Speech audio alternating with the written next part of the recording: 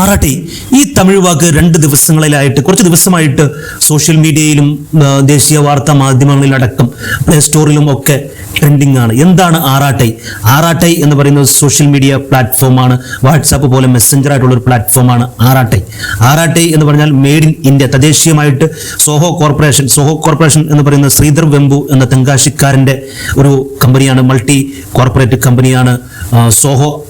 അവർ develop ചെയ്ത Messenger പ്ലാറ്റ്ഫോമാണ് ആറാട്ടെ. ആറാട്ടെ എന്ന് പറഞ്ഞു കഴിഞ്ഞാൽ വാട്സാപ്പിന് ബദലായിട്ട് വാട്സാപ്പിൻ്റെ അതേ ഫീച്ചേഴ്സുകളൊക്കെ കൂടിയുള്ള ഒരു മെസ്സഞ്ചർ ആപ്പാണ് ആറാട്ടെ. ഈ ആറാട്ടെയെക്കുറിച്ച് ഇന്ന് അദ്ദേഹം ട്വിറ്ററിൽ ഒരു വിശദീകരണം നൽകിയിട്ടുണ്ട്. കാരണം ആറാട്ടെക്കെതിരായിട്ടുള്ള ചില വാർത്തകളായിരുന്നു അദ്ദേഹത്തിന് ശ്രീധർ വെമ്പു ഇത്തരത്തിലൊരു മറുപടി നൽകാൻ നിർബന്ധിതനായത്. അദ്ദേഹം പറഞ്ഞത് ഇങ്ങനെയാണ്: ആറാട്ടെയുടെ ഡാറ്റ അതൊന്നും സുരക്ഷിതമല്ല, വേറെ ക്ലൗഡ് സെർവറുകളാണ്, ആമസോൺ അല്ലെങ്കിൽ ഗൂഗിൾ പോലുള്ള ക്ലൗഡ് സ്റ്റോറേജിലാണ് സൂക്ഷിക്കുന്നത്. പക്ഷെ അദ്ദേഹം ആ വാർത്ത ഇന്ന് നിരാകരിച്ചിട്ടുണ്ട്. അദ്ദേഹം പറഞ്ഞത് ഇന്ത്യയിൽ ചെന്നൈയിലും അതുപോലെ മുംബൈയിലും ഡൽഹിയിലുമുള്ള ക്ലൗഡ് സ്റ്റോറേജുകളിലാണ് ഈ ഡാറ്റ സൂക്ഷിക്കുന്നത്. അതുപോലെ തന്നെ എൻഡ് ടു എൻഡ് വെരിഫിക്കേഷനും അതുമായി ബന്ധപ്പെട്ട എൻക്രിപ്ഷൻ ഒക്കെയുള്ള സൗകര്യങ്ങളുള്ള ഏറ്റവും പ്രധാനപ്പെട്ട അതിനൂതനമായിട്ടുള്ള സുരക്ഷകളൊക്കെ വാഗ്ദാനം ചെയ്യുന്ന സ്വകാര്യ ഡാറ്റയ്ക്ക് ഏറ്റവും കൂടുതൽ മൂല്യം കൽപ്പിക്കുന്ന ഒരു ആപ്പാണ് ആറാട്ടെ. ആറാട്ടെ മറ്റുള്ള ഏറ്റവും പ്രധാനപ്പെട്ട ഇത്തരത്തിൽ ചുങ്കം പകർച്ചുങ്കൊക്കെ ഏർപ്പെടുത്തുന്ന കാലത്ത് ഇന്ത്യയുടെ ഇതുപോലുള്ള ആപ്പുകൾ ഏറ്റവും കൂടുതൽ ഉപയോഗിക്കേണ്ടതിന്റെ പ്രാധാന്യത്തെക്കുറിച്ച് ദേശീയ സംസ്ഥാന തലത്തിലുള്ള ഉദ്യോഗസ്ഥരും അതുപോലെ ഭരണകർത്താക്കളൊക്കെ നമ്മൾ ഓർമ്മിപ്പിക്കുന്നുണ്ട്. പക്ഷെ അതോടൊപ്പം തന്നെ ഇതിനു മുമ്പും പല ആപ്പുകളും വന്നിട്ടുണ്ടെങ്കിൽ തന്നെ അതിനെല്ലാം തന്നെ വ്യത്യസ്തമായിട്ടുള്ള ആളാണ് ആറാട്ടെ. 2021 ഈ ആപ്പ് ഔദ്യോഗികമായിട്ട് ലോഞ്ച് ചെയ്യപ്പെട്ടത്.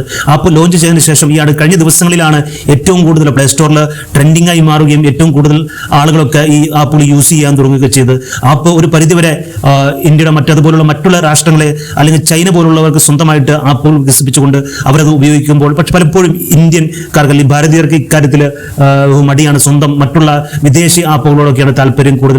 ഇത്തരം ആപ്പുകളൊക്കെ നമ്മൾ തീർത്തും പ്രോത്സാഹിപ്പിക്കണം. കാരണം തദ്ദേശീയമായിട്ടുള്ള അല്ലെങ്കിൽ ഇനിയൊരു പെട്ടെന്ന് സുപ്രഭാതത്തിൽ അമേരിക്കയോ ഇടപെട്ട് പറയുകയാണെങ്കിൽ വാട്സാപ്പ് അല്ലെങ്കിൽ അതുപോലെ മറ്റുള്ള സോഷ്യൽ മീഡിയകളൊക്കെ നിരോധിക്കുകയാണെങ്കിൽ തന്നെയും നമുക്ക് തദ്ദേശീയമായിട്ട് വികസിപ്പിച്ച നമ്മുടെ ആപ്പുകളിലേക്ക് മാറുകയാണെങ്കിൽ, ഫസ്റ്റ് ഓപ്ഷൻ അല്ല ഒരു സെക്കൻഡ് ഓപ്ഷനായിട്ട് ഈ ആപ്പുകളിലേക്ക് മാറുകയാണെങ്കിൽ അത് ഒരു പരിധിവരെ നമ്മുടെ നാടിനും ഗുണകരമായിരിക്കും.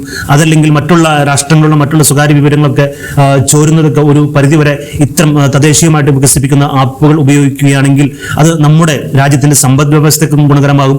അതുമായി ബന്ധപ്പെട്ട ഒരുപാട് പേർക്ക് തൊഴിൽ അവസരങ്ങൾ വർദ്ധിക്കുവാനും അതുമായി ബന്ധപ്പെട്ട കാര്യങ്ങൾക്കൊക്കെ വളരെ ഗുണകരമാകും. അതോടൊപ്പം തന്നെ ആപ്പിന്റെ പ്രൈവസിയും ഇതിനെക്കുറിച്ചും കൂടുതലായിട്ടുള്ള വിവരങ്ങൾ അദ്ദേഹം എക്സിലൂടെ വെളിപ്പെടുത്തിയിട്ടുണ്ട്.